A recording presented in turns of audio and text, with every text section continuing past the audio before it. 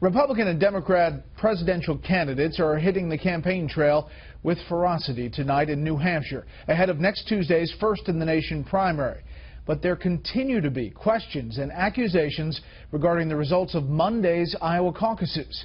This happens as the Republican field loses one, possibly two more candidates tonight. And we have Fox team coverage. Ed Henry is in Derry, where Hillary Clinton and Bernie Sanders will participate in a Democratic town hall this evening. But we begin with chief political correspondent Carl Cameron in Dover, New Hampshire tonight, covering the sharp elbows in the Republican race. Good evening, Carl. Hi there, Brett. Well, despite his gracious concession speech in not winning the Iowa caucuses, Donald Trump is clearly angry about it and accusing one of his chief rivals of dirty tricks and voter fraud. That rival's firing back. Ted Cruz unloaded on Donald Trump today after the billionaire called for an Iowa caucus redo and accused Cruz of fraud. It is no surprise that Donald is throwing yet another temper tantrum, or if you like, yet another Trumper tantrum. It seems his reaction to everything is to throw a fit. Trump's not in New Hampshire today and has one event this evening in Arkansas, but he called into Morning Meeting, a show put on by the Herald newspaper in Boston.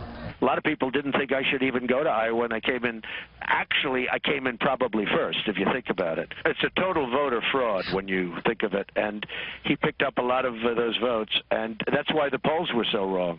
The alleged fraud refers to direct mail Cruz sent to Iowa voters, grading them for their failure to vote in past elections. It's been a legal and common bare-knuckle get-out-the-vote tactic for years. He also tweeted, based on the fraud committed by Senator Ted Cruz during the Iowa caucus, either a new election should take place or Cruz results nullified.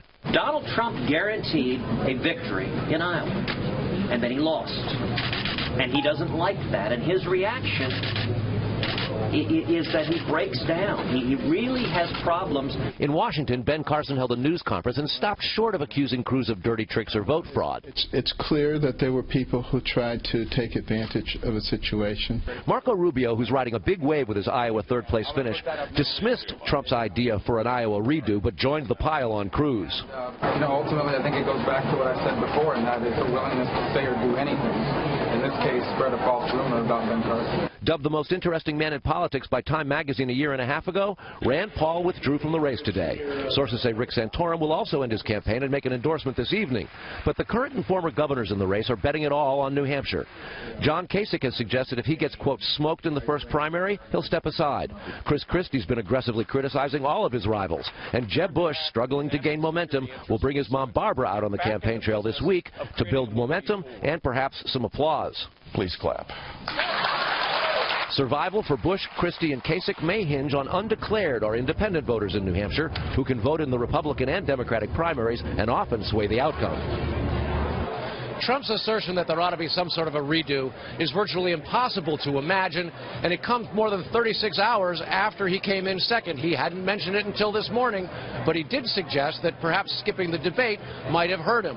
The idea that there will be any kind of ramifications from this are very small, and again, the dirty tricks in New Hampshire and South Carolina, if that's what you want to call them, are always far more intense than what happens in the Iowa caucuses, Brett. Carl Cameron live in Dover. We're heading your way in the day. Thanks, Carl.